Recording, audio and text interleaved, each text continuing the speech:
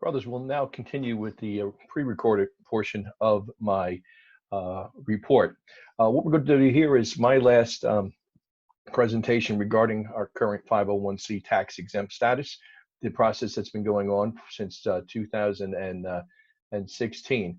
I'm going to give a brief overview on this one about the divisions and boards that are non-compliant and try to spend more time this time on those that are compliant to help them with a way for them to save money and to be compliant by filing their taxes. But just a quick recap. The National Board, of course, is recognized as a 501c8, and we're the holder of what is called a General Exemption Letter. That allows us to be recognized as a parent organization that can attach subordinates who can receive the same 501c8 status as the parent. The only requirement is that you have to file taxes yearly. Regrettably, if you do not file taxes for 3 years, then there is a fine that has to be paid, which right now is at $600, and complete paperwork. The current status of where we are within our organization right now is that we have 330 divisions of boards with EIN numbers. We have 239 that are valid 501c8s, and they are attached as subordinates to the parent. We have 28 that have completed and submitted the reinstatement paperwork process.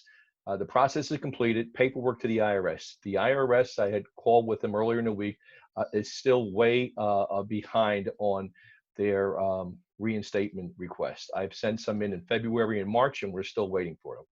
There's 91, though, that are currently not 501c8 compliant. Of those, 17 I have confirmed, working with the liaisons, that they are engaged in the reinstatement process.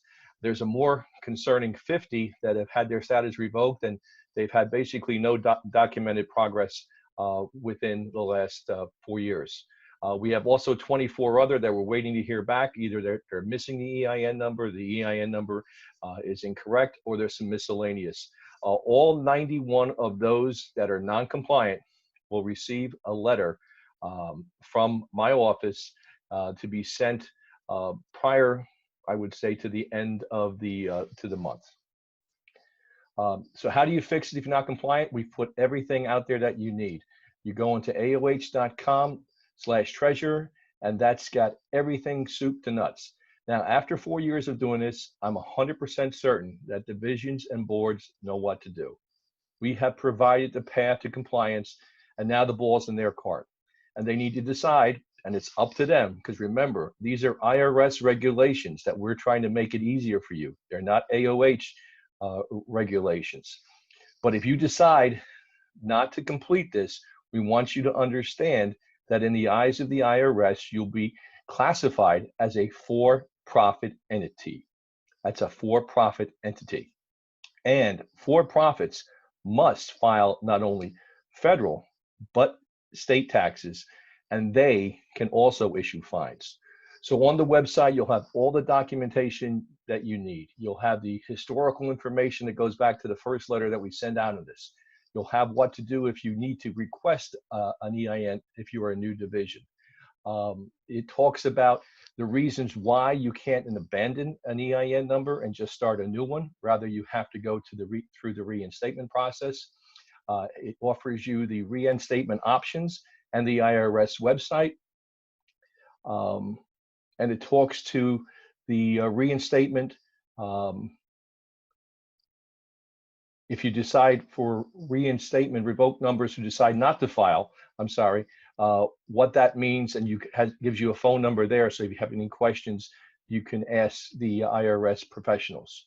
Also talks about how your board should be named and how to check your EIN. So everything you need to know on the AOH Treasurer website. Strong suggestion that you go to the FAQs that are on there and start your process there. But now let's go to those. Before we go to the how-to, all you divisions out there right now, remember, it's time to make the decision on your tax exempt status. Understand that the technology enhancements within the IRS have made it easier for them to enforce compliance. The IRS doesn't make money only through fines, so keep that in mind.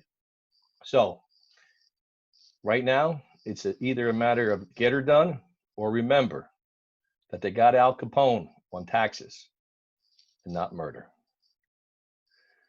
We turn our attention now to helping the compliant divisions and boards maintain their status.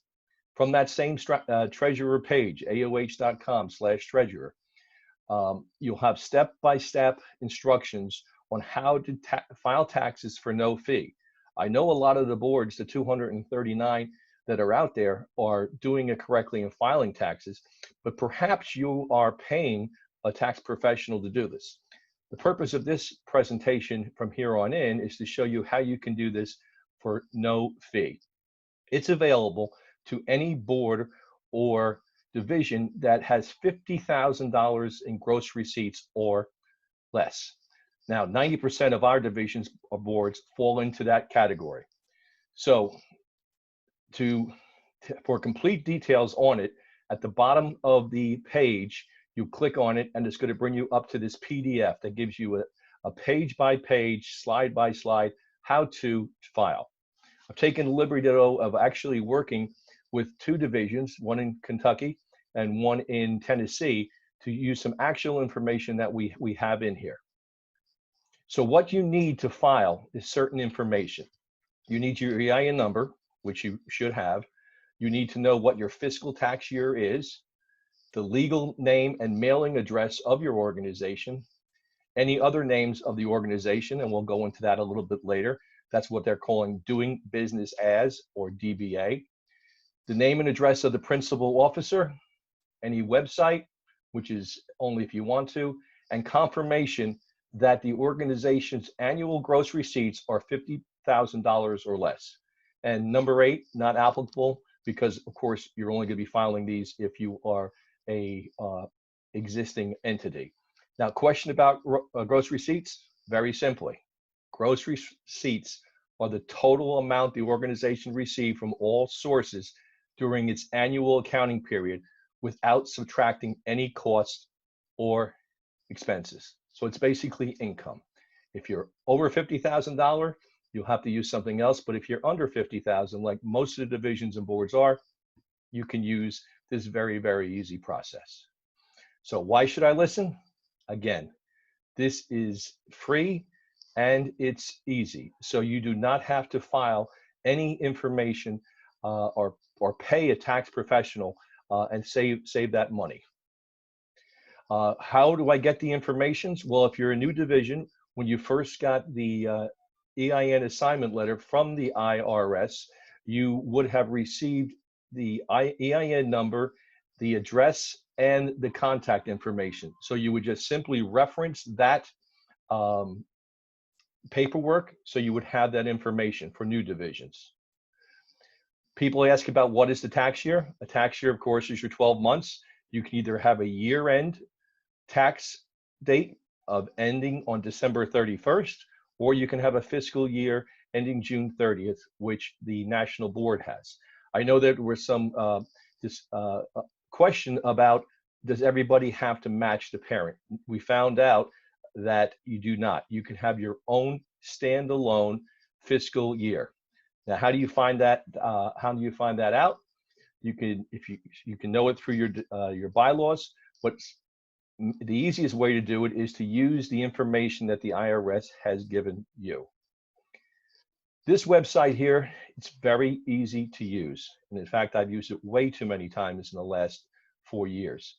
But if you have an EIN number that is a valid 501c8 or were a valid 501c8 and then lost your classification because of not filing, your information is here. So all you need to do is click on the website, enter your EIN number, where it says number 1, hit search. What that will bring up your entity information, which will be on the bottom of the page. Again, only EIN numbers that are valid, tax exempt, or have had their status revoked or accessible on this site. If you put your number in here and it doesn't show up, that means you've never had any type of classification as a tax exempt status, and you can't use this tool. Once your division comes up, you click on the hyperlink, and that'll give you all information that is specific to your EIN. For demonstration purposes here, I brought up my own division's information. It'll have your determination letter. That's the letter that you would receive back after you have filed your reinstatement process. My own division, we were revoked as well. We didn't file taxes for the division side, so we were revoked. So it'll show that when you were revoked, and it'll give you the determination letter. It'll show you in the middle there. You can see my division was revoked as far back as 2010, but we completed the first reinstatement in 2010, and then they were actually reinstated, revoked again in 2017. What's also nice is you'll have all your Form 990 information. So we fixed the problem. We filed for reinstatement, and we filed taxes for 2017 and 2018. When you go on this, each of those pages or each of those headers have information that you can click on. The determination letter, when you open it up, you can see the date that you got reinstated. So my own division was reinstated on December 28th, 2017. It'll also give you your fiscal year. And this is important. If you have this form, the IRS right there will show you that in this case here, your fiscal year ends on December 31st. You escape out of that, you go into your Form 90. This is the e-postcard. Again, it'll talk about your fiscal year. Number 4, you're doing business as, and also lists the principal. So this is all the information that you'll need to input once you go online. So once you have all that information, you go onto the landing page of the IRS on how to file this, how to file your taxes on a 990N postcard. You click on the landing page, it'll bring you to the page that looks like what it is on the left-hand side of the page. You scroll down to where it says ready to file, and you click on the link. What you're going to be asked to do is, like so many of us are used to now, is to create an online account, and you will be able to use this immediately. Once you sign in, there's no wait time other than going through the security. So now you go in, you click on the left-hand side. When you first come in, this is the first time you're going to use it. You're going to add and register your EIN again for the first time.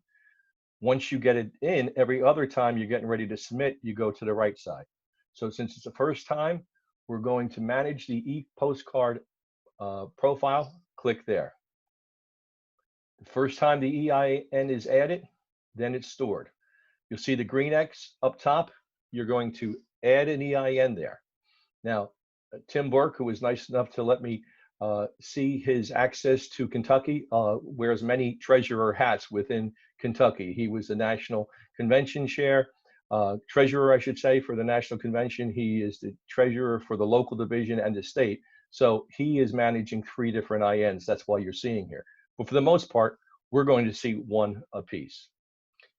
Once you have a new EIN, you enter the number as so, and you hit add EIN. You'll notice that now the EIN is active in the system as it is now moved below. You click on that EIN and then click on create a new filing. You're now redirected back to that front page where you have the left side to register and the right side to file. Now we're going to go on the right side to manage your Form 990 submission. Click on that. This will show you, as you build history, any of your filings. So you can see in Tim's case here, he's done a nice job filing taxes since 2016 for his one entity and 2017 for another. So again, it's just some historical data that'll be there for you to access. So since we're doing a brand new filing, we would just choose create a new filing by the blue X and hit enter. You then go to the pull down, choose your EIN. Since you only have one, it'll be easy, and hit continue. Now you're going to answer some simple questions from the data that you already have. Your year ending, as we mentioned, will it be December 31st or June 30th? And then it's going to ask you some very simple questions. Has your organization terminated or gone out of business? You're going to answer no. And the next question is possibly the easiest question of all. Are your gross receipts normally $50,000 or less? If you answer yes, that's all you have to do. You do not have to submit any other information. It's simply an answer to that question. The organization's name should come over from the database because it has been entered previously or being pulled in from the IRS site. Everyone's organization's legal name needs to be the Ancient Order of Hibernians in America. That's everyone's legal name. So once you put that information in, you hit continue. After you answer the page 1, that's repetitive, we hit continue. Now on page 2, this is where you can do some updates. If you had a leadership change or an address change, you'll see here it's going to ask you first and foremost your doing business name, okay, DBA. Now we need to have this in the correct format. It has to be in the state number, county abbreviation, and division number. For example, my division is 28 ME01 or New Jersey, Mercer County, Division 1. Okay, if it's not like that, please change that. And the reason we're doing this is for consistency purposes. Think about it. We have a lot of St. Patrick divisions. We have more than one Podrick Pierce divisions, Lady of Knock, etc. So we need the format as above, so it's a unique identifier so that when we access our records, we can keep everything together using that naming convention. So your DBA name, I would just put 28 ME01.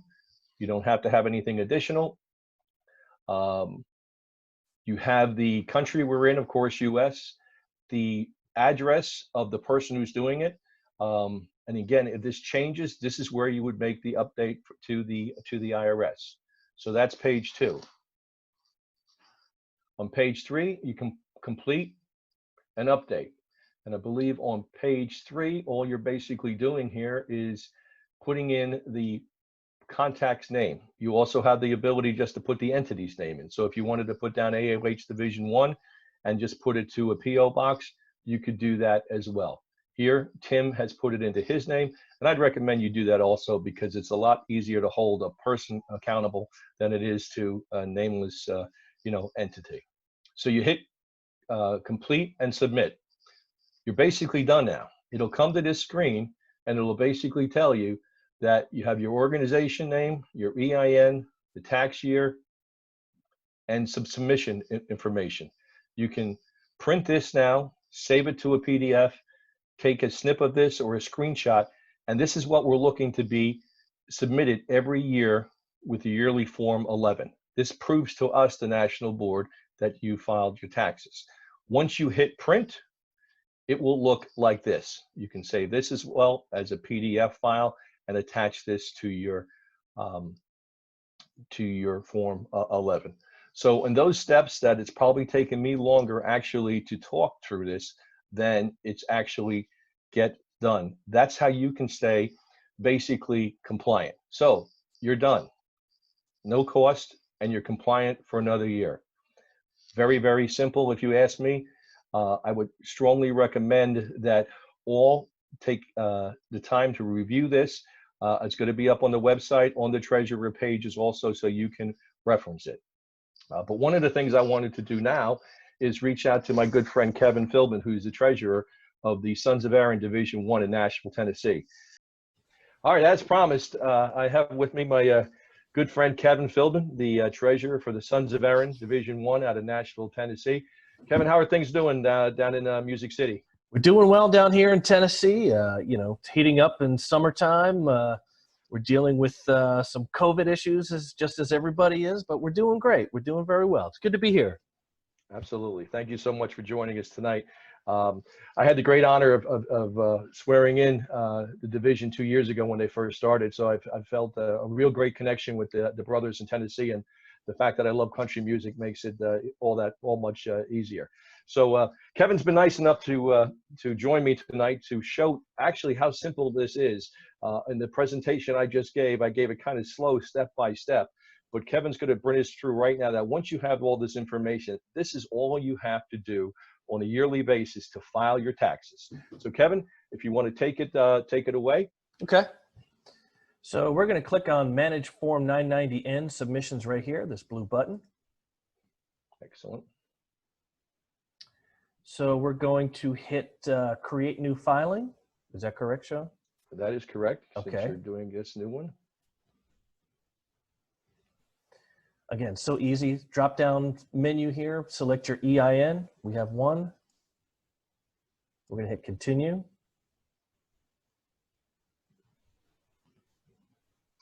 This auto-populates here for our tax year ending December 31st, 2019. Is your organization terminated or out of business? The answer is no. It's a good thing. Are your gross receipts normally $50,000 or less? In our division's case, the answer is yes.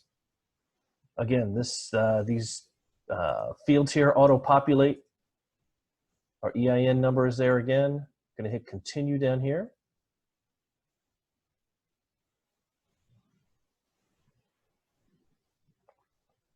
So now Kevin is going to put in the doing business name here, and this is the part we mentioned in the training where you're going to put your state number, your county abbreviation, and your number within the county. So Kevin, your numbers are? Sean, I didn't write them down. That's all right. They're 40 for Tennessee, DA for Davidson, 01. and Division 1. So luckily, it remembered it here. See that? Yes. You see how it makes it even simpler. Yes. So you only need the one. The system gives you the ability to have more than one DBA, but we only want you to have one. So now we'll go on to the next one where you're going to enter the addresses of both the business and the principal officer, which can be the same. And in this case, they are. So correct. Back to you. Sean, you remember the number? 37. I think if you start typing.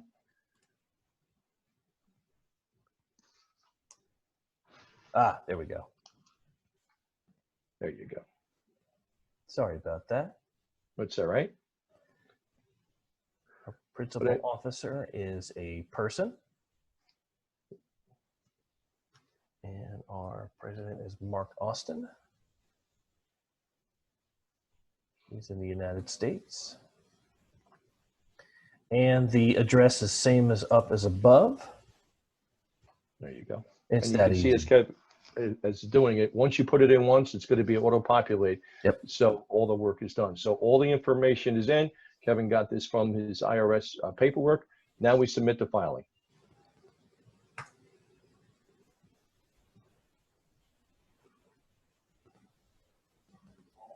Yes, we wanted to save. There you go.